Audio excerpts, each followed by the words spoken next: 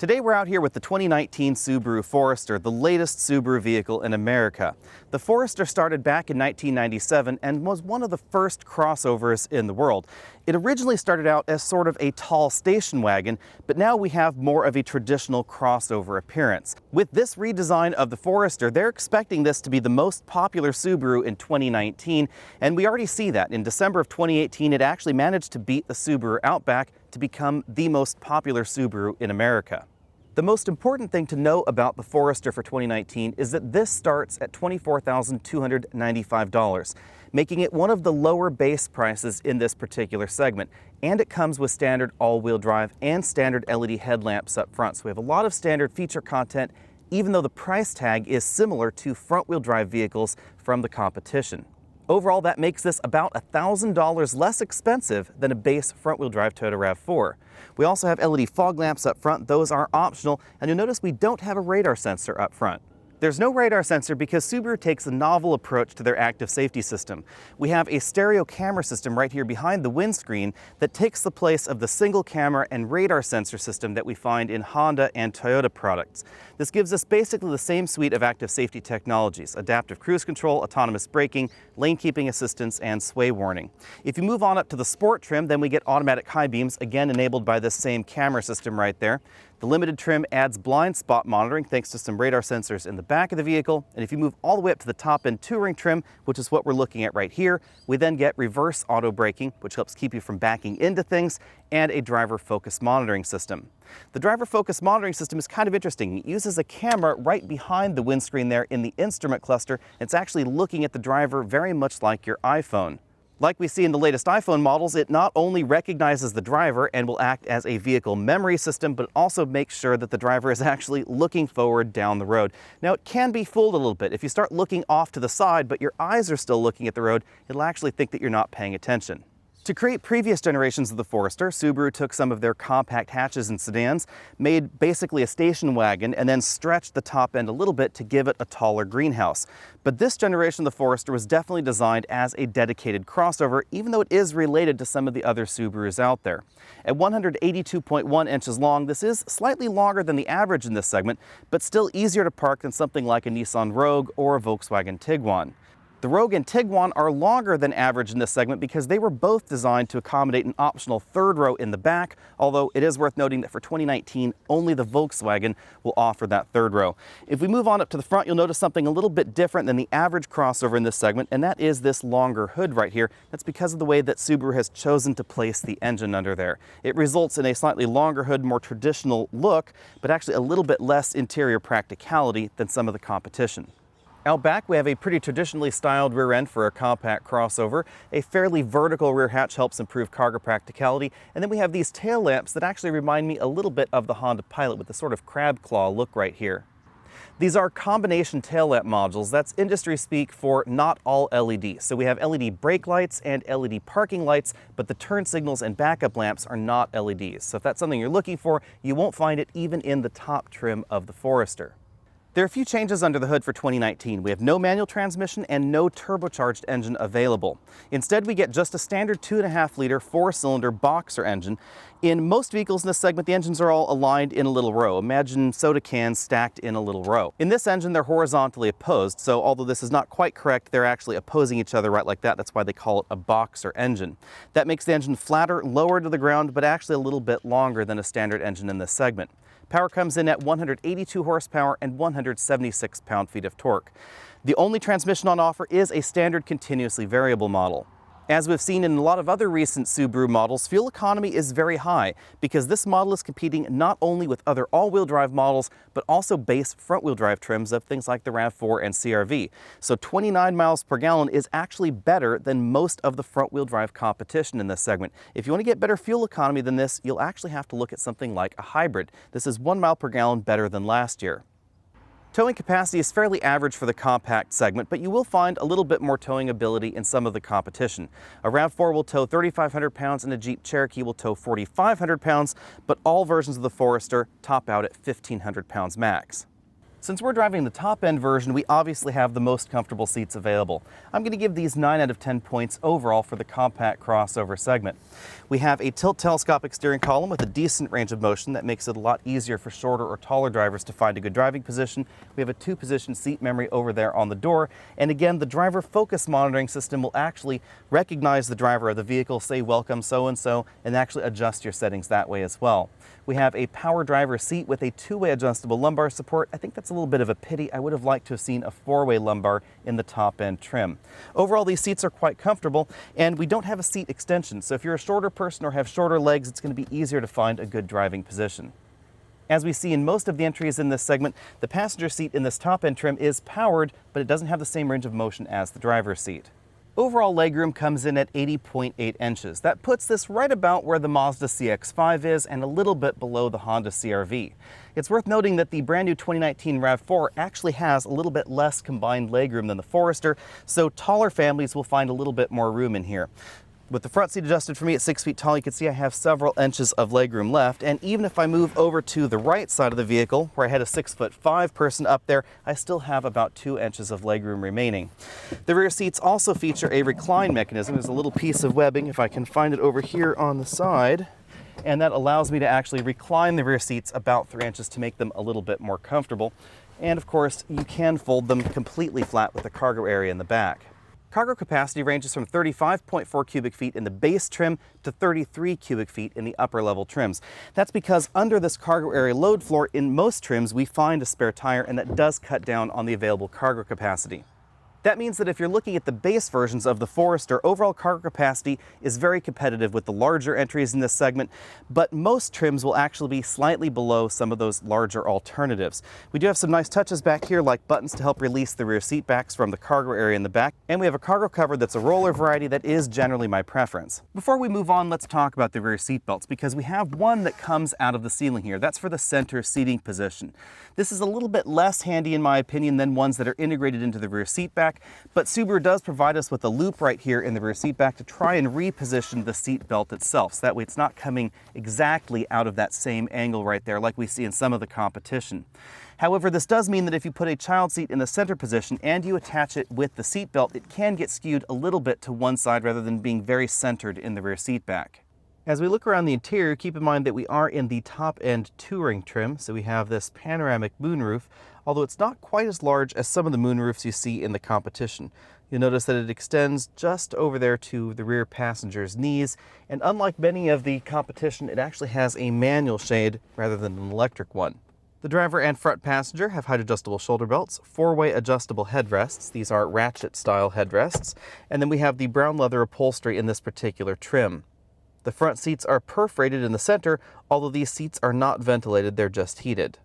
As we see in other Subaru models, we don't have very aggressive bolstering up front, so that makes it a little bit easier for larger people to find a good and comfortable driving position. As we look at the front doors, keep in mind that we are in the top-end trim, so we get more premium materials overall than you find in the base model of the Forester. We have a lot of soft touch plastics going on right here in the upper section of the door, and then harder plastics down there at the bottom. There are a lot of different material textures going on. We have injection molded upper sections right there, this sort of golf ball themed area where you actually have little divots right there in that injection molded plastic, and then more traditional plastics lower on the dash. The dashboard is made of soft touch injection molded materials, and we again have that different type of texture going on right there in that lower section. Again, that golf ball theme, a section of the same upholstery that we find on the side of the seat backs, and then a large bin style glove compartment below that. In the center of the dashboard, we find either a 6.5-inch touchscreen infotainment system or an 8-inch touchscreen system. You'll find the smaller system in the lower end trims and the 8-inch system in the very top trims. All of them feature Apple CarPlay and Android Auto integration. And if you get the very top end trim, then you can also opt for a factory navigation interface as well. This software is a significant improvement for Subaru over their last generation software. It's an awful lot more intuitive and easy to use. We have a single slot optical disc player right there if you're interested. Above the infotainment system, we have another LCD. This gives us a number of different readouts, like the status of the vehicle's active safety systems, the all-wheel drive system. There's an off-road screen. We also have weather delivered by XM satellite radio, navigation turn-by-turn directions, Apple CarPlay information, and of course your typical trip computer information as well. It's difficult to see on camera, but we have another section right up here in the top end trim. This is what houses the cameras that are actually looking at the driver's face, monitoring that you're actually paying attention to the road. You'll only find that in the top touring trim. Working our way back down the dashboard, we have dual zone climate control in this particular model. You'll also find the button for the keyless go system over here on the left. Under the climate control knobs is where we find the USB inputs, auxiliary input, and a 12-volt power port. There's also a small storage area, but it's not quite large enough to store a larger smartphone if you have the USB cable connected. The shifter is a pretty traditional design. Drive is all the way back, manual mode is over to the left, and then you use the paddles on the back of the steering wheel. The 2019 Forester is the first Subaru to receive their new X mode system. This controls the way the all-wheel drive system behaves, and it now includes different modes. We press down for normal mode, and then we turn counterclockwise for snow and dirt, and then to the right for deep snow and mud. This controls the way not only the all-wheel drive system, but also the stability and traction control systems deal with different situations. Over here on the right, we find the toggle switches for the front seat heaters, electric parking brake, and an auto brake hold button. Then behind all of that, we have two large and deep cup holders. Between the front seats, we have a padded armrest that opens up to reveal a moderately sized storage compartment. It's not quite as large as some, but it is a little bit deeper than some of the rear-wheel drive options. The instrument cluster is a 2-dial design. We have a tachometer on the left, speedometer on the right, and then a color multifunction display in the middle. This screen is where we see things like our tire pressure, a few things that are repeated in that LCD above the infotainment system, and the ability to change certain vehicle settings like the way the eyesight system functions. The steering wheel is a 3-spoke design. We have sport grips up top, and this particular wheel is leather wrapped. You'll find the paddle shifters on the back of the steering wheel that I mentioned earlier. We have up over here on the right, and then down over here on the left. There are a lot of buttons on the steering wheel itself, so instead of minimizing buttons, Subaru really seems to have gone all in.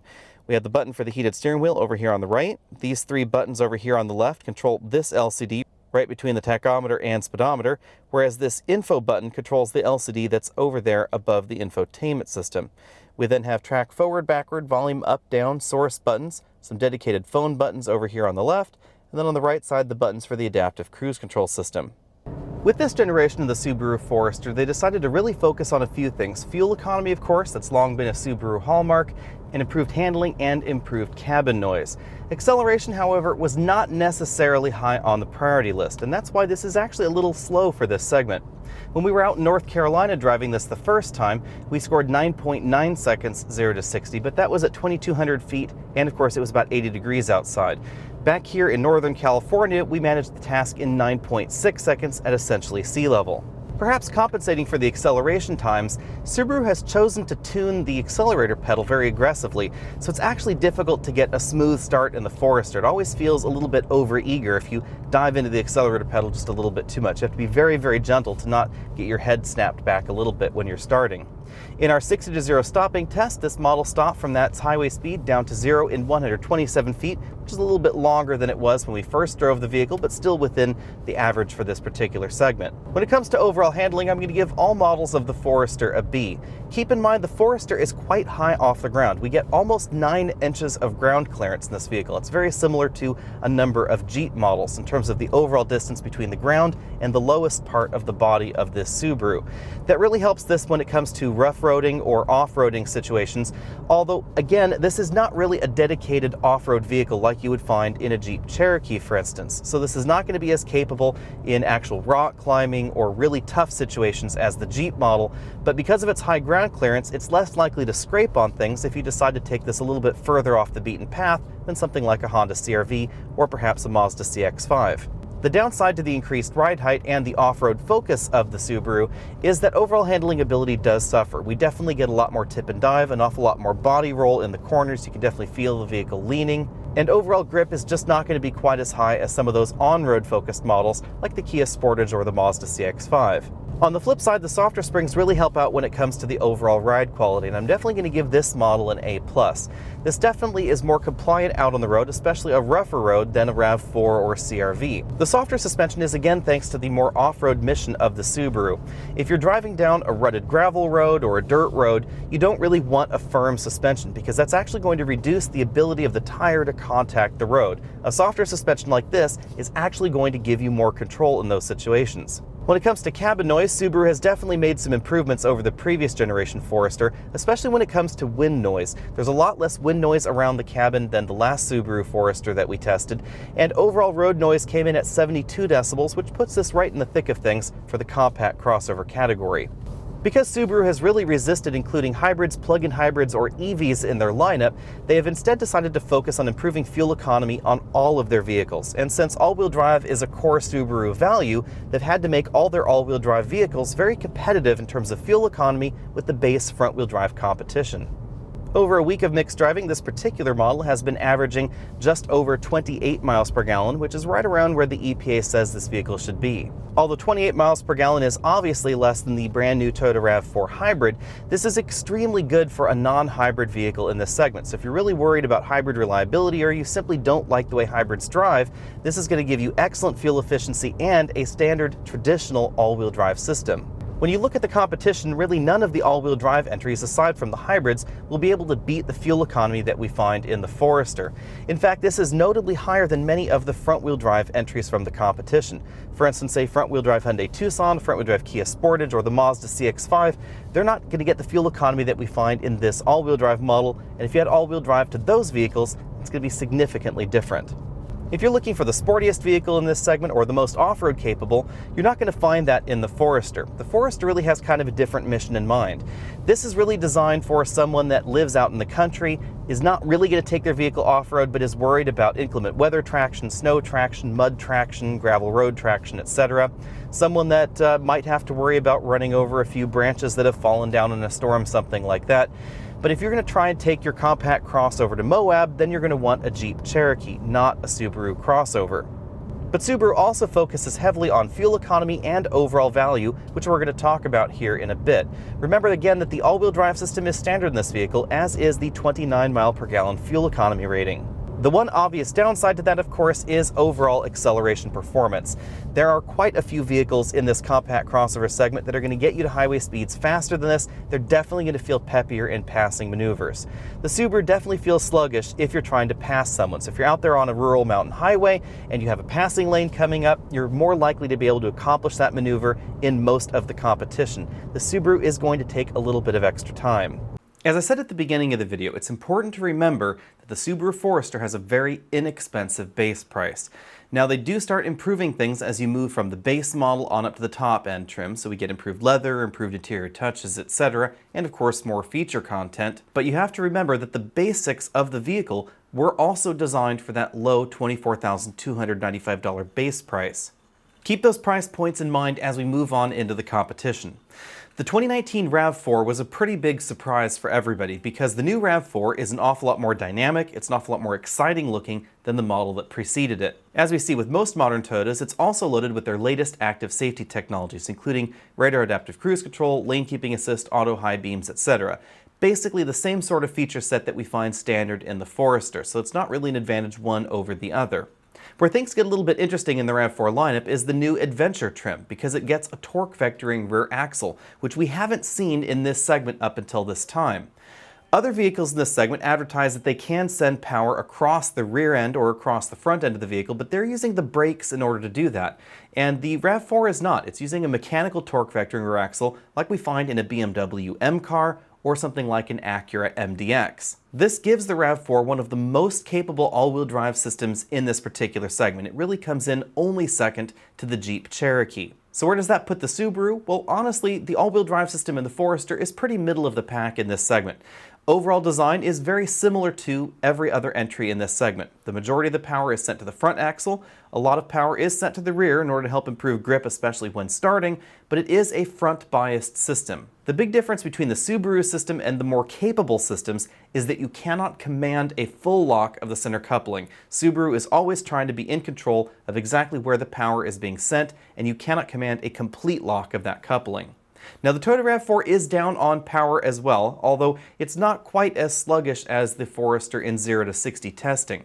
It's likely going to be very high in reliability, just as you'd expect from Toyota, but fuel economy is good on paper, but not quite as good in person, it seems. When it comes to overall dynamics and on-road performance, don't expect that available torque vectoring axle to turn the RAV4 into an Acura RDX because they're not really being as aggressive as Acura is about sending power to the rear. So it does have that functionality, but it's more muted than what we see in the luxury segment. Finally, we have the price tag of the RAV4 at $25,500. It's $1,200 more expensive than a base Subaru Forester. Overall feature content really isn't that far off the one model to the other. If you want all-wheel drive in your RAV4, then it's $2,600 more expensive. So it's obvious that the Forester is an absolutely excellent value in the base trim. It's also a pretty good value as long as you're taking a look at models under about $30,000 or so. As you start to work your way on up the ladder, then things start to fall apart a little bit. The RAV4 ends up being a pretty good value in its top-end trims compared to what we see in the Subaru, and there's a little bit more opportunity to vary things. So you can get the hybrid system in the RAV4 to get even better fuel economy. You have the adventure grade trim with more off-road ability, etc. Next up, we have the Honda CR-V. Like many Hondas in America, the CR-V is very well-rounded, and that is its biggest asset. I'm talking about the way that performance, handling, ride scores, etc. all come together. It doesn't necessarily excel in every category, but it scores very high in just about all the different categories.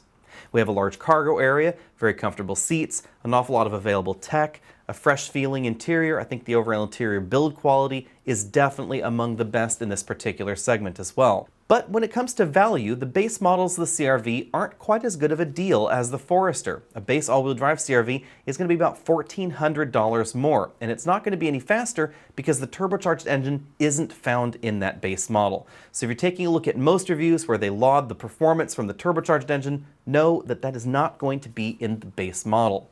If you want Apple CarPlay and the turbo, then it'll be about $3,000 more than the Forester. Quite simply, that means that the Forester is an excellent value compared to the base trims of the Honda. But something interesting happens when you look at the top-end trims. The Honda CR-V Touring all-wheel drive is actually a little bit less expensive than a top-end Forester. The two vehicles have relatively similar feature sets, but the overall interior quality, overall interior comfort level in the CR-V is actually a little bit better than what we find in the Subaru Forester. It's also likely going to be slightly more reliable because generally Honda does post better reliability numbers than Subaru. Performance is obviously going to be better in the Honda thanks to its turbocharged engine, and we get a little bit more cargo room in the back, and overall a little bit more cargo practicality as well. So under about $28,000, the Subaru is the better value, but over $28,000, the Honda is actually a better value. The next logical competitor is the Jeep Cherokee, which really excels when it comes to off-road ability, but you have to pay for that off-road ability in the Jeep.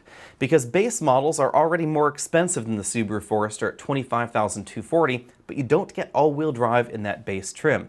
You also get the least powerful engine. Because of the overall curb weight, that base engine in the Cherokee makes it fairly slow. Now, if you want to get one of the faster entries in this segment, you can get either the optional 2-liter turbo or the V6 engine. Both of those will make the Cherokee one of the faster entries, but if we're looking at those base models, it is definitely going to be slow. If you want all-wheel drive in your Jeep, you'll have to shell out $26,740 at least, and that is the only way you can get the extra ground clearance, more similar to what we see in the Subaru. If you want even better ground clearance and even better off-road ability, then you can get one of the different varieties of Trailhawk. However, those start at least at $33,695. So the base Trailhawk model is going to be about as expensive as the most expensive Subaru Forester.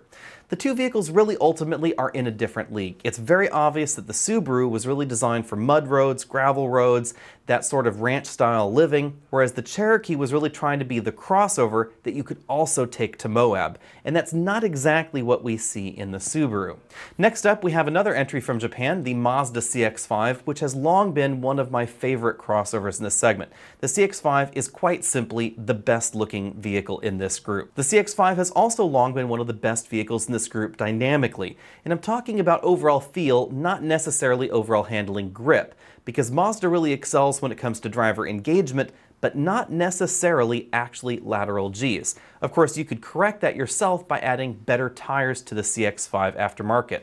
But up until now, the one thing you couldn't do was get a CX-5 to go quicker 0 to 60, because there were 1 or 2 engines offered depending on the year, and none of them were as powerful as some of the competitive engines in this segment. But that's all different for 2019, because we finally get their new turbocharged engine under the hood.